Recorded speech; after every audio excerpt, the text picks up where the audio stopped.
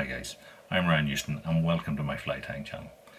This channel contains hundreds of different videos covering all manner of different patterns, techniques and styles of fly tying. There's something here to suit almost everybody, so hit the like button, hit the subscribe button, let's get on with the show. Hi guys, welcome back.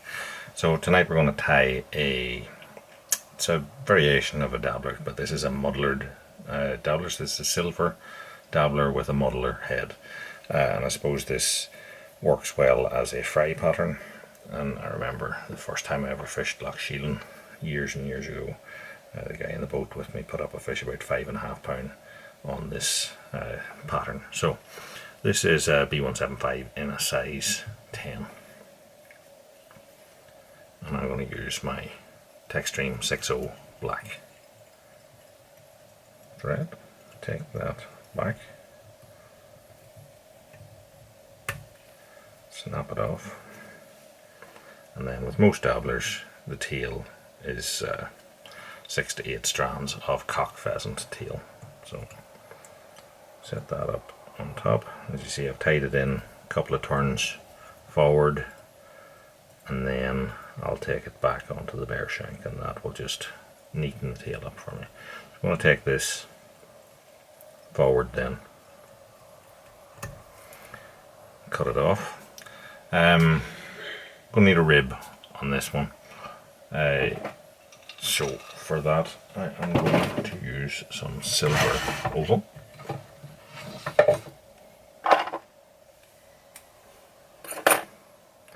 I'm going to tie that in at about 3 o'clock, which is the far side of the hook from me, and tie back to meet the tail tie-in point. So for the body I'm going to use a silver braid sort of material. Braids make it really easy to create bodies.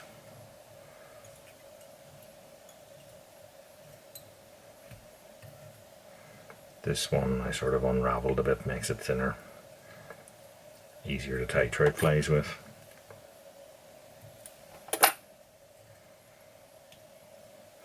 And we're tying on about 2/3 of the hook here, because we're going to put the muddler head on that. So I'll separate out my rib, which seems to have got a bit confused there, and then create silver body. If you don't have braid, just use standard flat silver tinsel or holographic silver tinsel, and that'll do the same job for you. Tie that forward, tie it in, and trim it off. So hackle wise, I'm going to use a red game, very brown, sort of a cock hackle.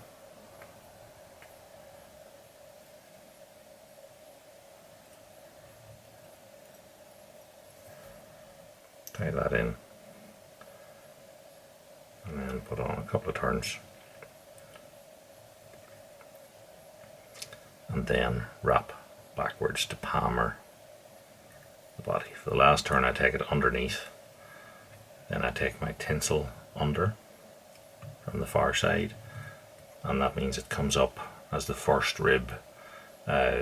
It looks better at the back. If you tie it in underneath, then the first rib space is quite far forward, and I think that sort of looks off. So we'll take that up through there, and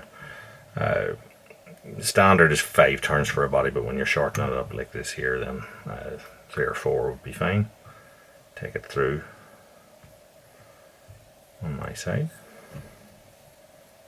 a couple of turns, then turn it forward along the shank and tie that down. Trim off the rib, and now we want to create a wing. So the wing on these things is bronze mallard.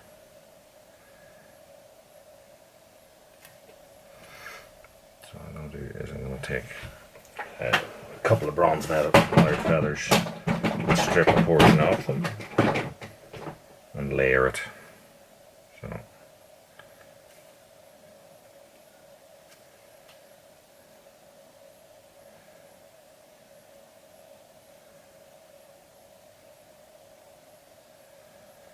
So once I've set those different strips on top of each other, so I have 2 or 3 thicknesses,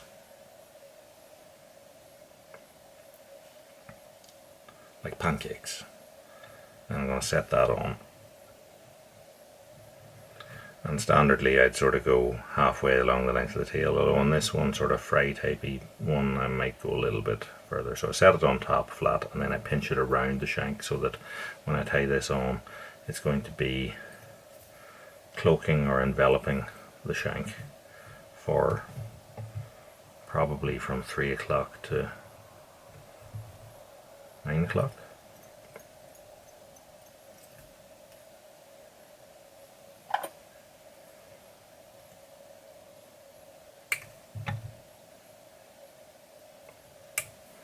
And then I trim off the spare bits of the hackle. So we're going to put on the muddler head now, and you'll have seen me do this before in my own way. So I'm going to take some deer hair here.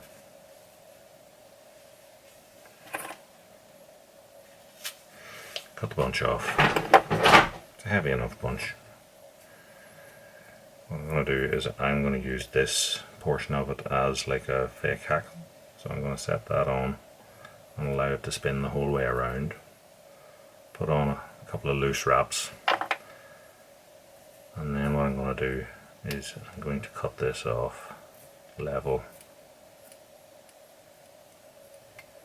with the eye of the hook, and then I tighten up into it.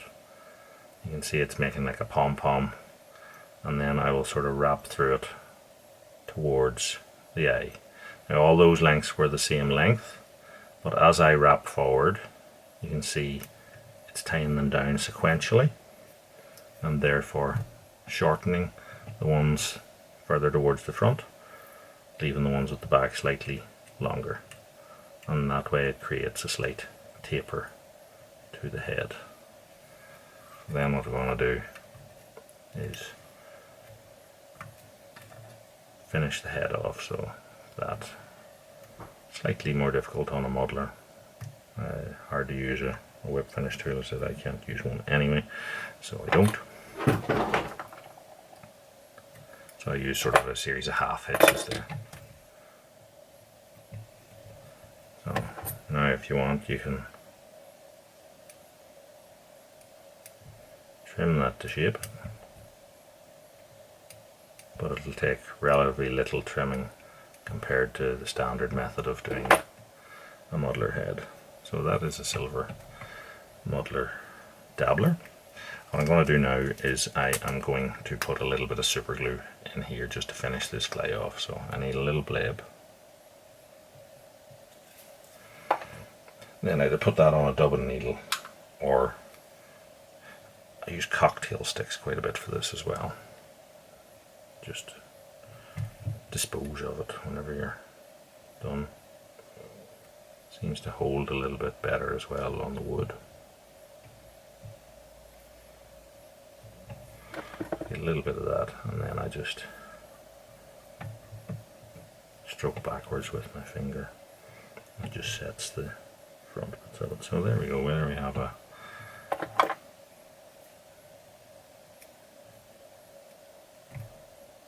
silver muddler dabbler. So hopefully you liked the video.